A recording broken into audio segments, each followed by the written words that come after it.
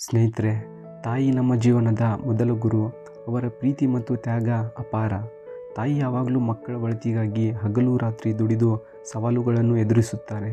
ಅವರ ಹೃದಯದಲ್ಲಿ ಅಪಾರ ಶಕ್ತಿ ಇದೆ. ಇಂತಹ ತಾಯಿಯ ತ್ಯಾಗವನ್ನು ನೆನಪಿಸೋದಕ್ಕೆ ಒಂದು ಸಣ್ಣ ಕಥೆಯನ್ನು ಇವತ್ತು ನಾನು ನಿಮಗೆ ಹೇಳ್ತಾ ಇದ್ದೀನಿ. ವಿಮಾನ ಎತ್ತರದಲ್ಲಿ ಹಾರುತ್ತಿತ್ತು. ಇದ್ದಕ್ಕಿದ್ದಂತೆ ತಾಂತ್ರಿಕ ತೊಂದರೆ ಕಾಣಿಸಿಕೊಂಡು ವಿಮಾನ ಧರೆಗೆ ಅಪ್ಪಳಿಸಬಹುದೆಂದು ಆತಂಕಗೊಂಡ ಪೈಲಟ್ ಎಲ್ಲರಿಗೂ ತುರ್ತು ನಿರ್ಗಮನದ ಸೂಚನೆ ನೀಡುವಂತೆ ಹಾಗೂ ಪ್ಯಾರಾಚೂಟ್ ವಿತರಿಸುವಂತೆ ಏರ್ ಹೋಸ್ಟೆಸ್ಗೆ ಸೂಚಿಸಿದ. ಏರ್ ಹೋಸ್ಟೆಸ್ ಪ್ಯಾರಾಚೂಟ್ ಹಿಡಿದು ತುರ್ತು ದ್ವಾರದ ಮೂಲಕ ಕೆಳಕ್ಕೆ ಜಿಗಿದು ಪ್ರಾಣ ರಕ್ಷಣೆ ಮಾಡಿಕೊಳ್ಳುವಂತೆ ಪ್ರಯಾಣಿಕರಿಗೆ ಮಾರ್ಗದರ್ಶನ ನೀಡುತ್ತಾ ಬಂದಳು. ವಿಮಾನದ ಕೊನೆಯ ಆಸನದಲ್ಲಿ ತಾಯಿ ಮತ್ತು ಮಗ ತಲ್ಲಣಗೊಂಡು ಕುಳಿತಿದ್ದರು. ಆದರೆ ಏರ್ ಹೋಸ್ಟೆಸ್ ಬಳಿ ಇದ್ದುದು ಒಂದೇ ಪ್ಯಾರಾಚೂಟ್. ನಿಮ್ಮಿಬ್ಬರಲ್ಲಿ ಯಾರಾದರೊಬ್ಬರು ಇದನ್ನು ಬಳಸಿಕೊಂಡು ಪ್ರಾಣ ಉಳಿಸಿಕೊಳ್ಳಬಹುದು ಎಂದು ಹೇಳುತ್ತಾ ಆಕೆ ತನ್ನ ರಕ್ಷಣೆಗೆ ಧಾವಿಸಿದಳು.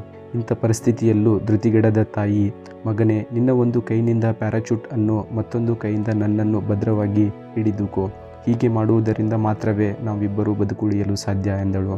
ಅದಕ್ಕೆ ಮಗ ಹಠ ಮಾಡುವವನಂತೆ, ಬೇಕಿದ್ದರೆ ನೀನೇ ಒಂದು ಕೈನಲ್ಲಿ ಪ್ಯಾರಾಚೂಟ್ ಮತ್ತೊಂದರಲ್ಲಿ ನನ್ನನ್ನು ಭದ್ರವಾಗಿ ಹಿಡಿದುಕೋ ಎಂದು ವಾಗ್ವಾದ ಕೇಳಿದ. ಚರ್ಚೆಗೆ ಅದು ಸಮಯವಾಗಿರಲಿಲ್ಲ. ಆದ್ದರಿಂದ ಅಮ್ಮ ಹಾಗೆಯೇ ಮಾಡಿದಳು. ಅಂತೆಯೇ ಇಬ್ಬರೂ ಸುರಕ್ಷಿತವಾಗಿ ಧರೆಗಿಳಿದರು. ಕೊಂಚ ಸುಧಾರಿಸಿಕೊಂಡ ನಂತರ ಅಮ್ಮ, ಬಿಕ್ಕಟ್ಟಿನ ಪರಿಸ್ಥಿತಿಯಲ್ಲೂ ಮೊಂಡು ಹಿಡಿಯುವ ಅಗತ್ಯವೇನಿತ್ತು? ಪ್ರಾಣ ಹೋಗುತ್ತಿತ್ತಲ್ಲವೇ ಎಂದು ಮಗನನ್ನು ಆಕ್ಷೇಪಿಸಿದಳು. ಅದಕ್ಕೆ ಮಗ, ಅಮ್ಮ, ನೀನು ಹೇಳಿದಂತೆ ಮಾಡಿದ್ದರೆ ನನ್ನ ಪ್ರಾಣ ಭಯದಿಂದ ಕೈ ಬಿಡುತ್ತಿದ್ದನೇನೋ. ಆದರೆ ನೀನು ಹಿಡಿದ ಕೈ ಪ್ರಾಣ ಹೋದರೂ ಬಿಡುವುದಿಲ್ಲವೆಂಬ ನಂಬಿಕೆ ನನಗಿತ್ತು ಎಂದು ಬಿಕ್ಕಿಸಿದ.